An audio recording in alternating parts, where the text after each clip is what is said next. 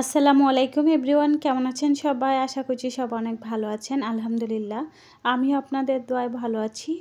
আজকে আমি আপনাদের সাথে নতুন একটি রেসিপি ভিডিও শেয়ার করছি। আশা করছি স্কিপ না করে ভিডিওটা সম্পূর্ণটা দেখে দিবেন। ছোট্ট একটা রিকোয়েস্ট আপনাদের কাছে আমার। তো বন্ধুরা, আজকে আমি আপনাদেরকে হাতে কাটা অথবা চুষি পিঠা, ছড়া পিঠা যে যাই বলুন, তো এটা আমি আপনাদেরকে দেখাবো করে। এখানে আমি সামান্য গরম পানি করে নিলাম। তো এর মধ্যে কিন্তু আমি চালের গুঁড়াটা দিয়ে দিলাম। আর চালের গুঁড়াটা কিন্তু ভালো করে সিদ্ধ করে নেব গরম পানিতে। যদি ভালো করে চালের গুঁড়াটা সিদ্ধ করে নিতে পারেন তাহলে পিঠাটা বানাতেও সুবিধা হবে, খেতেও ভালো লাগবে। তো আমি কিন্তু একটা কড়াইয়ের মধ্যে সিদ্ধ করে নিচ্ছি। এতে দেখেন বলক আসতেছে। তো আমি ভালো করে সিদ্ধ করে নিয়েছি। তো এখন আমি নামিয়ে নিব। আর এখানে দেখেছেন আমি কিন্তু লবণ সহ দিয়ে দিয়েছিলাম। তো চালের গুঁড়াটা সিদ্ধ করে তো আমি ঠান্ডা করে এরকম একটা ডো তৈরি করে নিয়েছি। ডোটা কিন্তু বেশি শক্ত হবে না, বেশি নরমেরও হবে না, মিডিয়াম সাইজে রাখতে হবে। আমাদের মা চাচিদেরকে দেখতাম যে অনেক পদ্ধতিতে তারা একই পদ্ধতিতে তারা কিন্তু চালের এই চুষি পিঠাটা তৈরি করতো। তো এখন কিন্তু বিভিন্ন ভাবে এটা তৈরি করা যায়। এই যে দেখেন আমি একটা কেচির সাহায্যে কিন্তু এই যে এভাবে কেটেও কিন্তু আপনারা এই চুষি পিঠাটা তৈরি করতে পারেন। তারপর হচ্ছে আরও দুইটা আমি আপনাদেরকে দেখাবো। এখন ছোটোকালে দেখতাম যে গ্রামে এরকম সবাই পিঠা তৈরি করতো, এক অনুষ্ঠান হলে এরকম চুষি পিঠা তৈরি করতো। আসলে আমাদের কিন্তু কুমিল্লার ভাষায় এটাকে ছড়া বলে। তো আপনাদের এই যদি কেচির সাহায্যে যদি এটা ঝামেলা মনে হয় তারপরে কিন্তু আপনারা এই যে আমি আরেকটা পদ্ধতি দেখাবো, সেই পদ্ধতি কিন্তু অনুযায়ী এটা তৈরি করতে পারেন। এই চুষি পিঠাটা যদি ভালো করে রান্না করা হয় তো এটা খেতে কিন্তু খুবই ভালো লাগে, খুবই টেস্টি লাগে। তো আমি কিন্তু অনেক সুন্দর করে রান্নাটা করেছি। তো দেখেন এভাবে আমি এই যে আরেকটা পদ্ধতি দেখাচ্ছি, এটা কিন্তু সবচেয়ে সহজ আমি মনে করি। এই যে দেখেন আমাদের মায়েরা কিন্তু এভাবেই দেখি বানায়। তো এই তো দেখেন এরকম করে আমি লম্বা একটা আকৃতি করে নিয়েছি। তো ছোট ছোট করে এইভাবে বানিয়ে নিচ্ছি।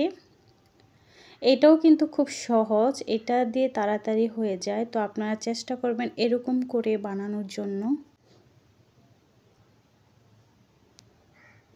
তো যারা যারা নতুন চুষি পিঠা বানায় নাই কখনো তাদের জন্য আর কি আমি বলতেছি।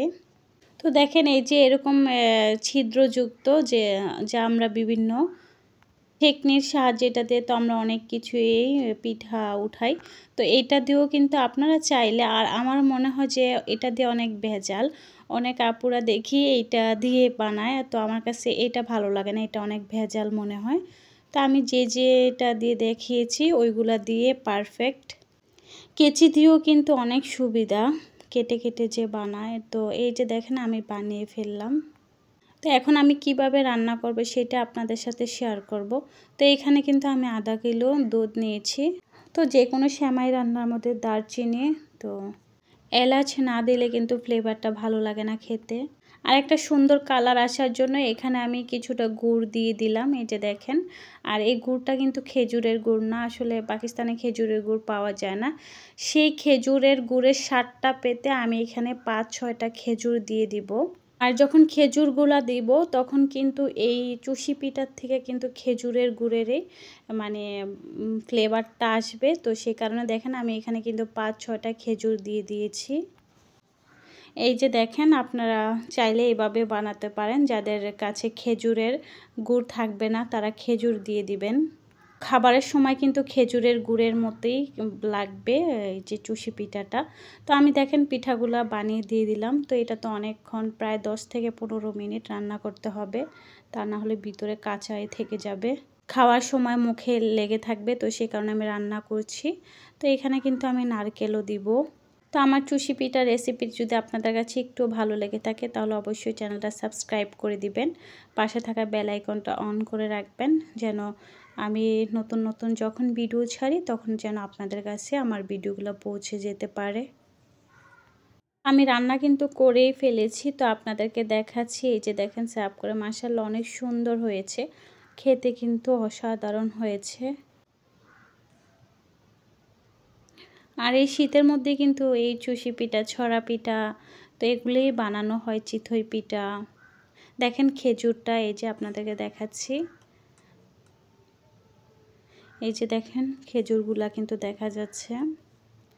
তো যারা যারা এতক্ষণ পর্যন্ত ধৈর্য সহকারে ভিডিও দেখেছেন সবাইকে অসংখ্য ধন্যবাদ। ভিডিও বানানো যে এত কষ্ট, যারা যারা ইউটিউবে ভিডিও বানায় তারাই শুধু একমাত্র বোঝে। সংসারের কাজকর্ম সব কিছু করে আসলে ভিডিও বানানো অনেক কষ্ট হয়ে যায়। তো উপর দিক দিয়ে আমি নারকেল দিয়ে দিলাম। তো যারা এতক্ষণ পর্যন্ত লাইক দেন নাই প্লিজ লাইক দিতে ভুলে গেলে যাওয়ার সময় একটা লাইক দিয়ে দিবেন। সবাই ভালো থাকবেন, সবাই সুস্থ থাকবেন। আল্লাহ হাফেজ।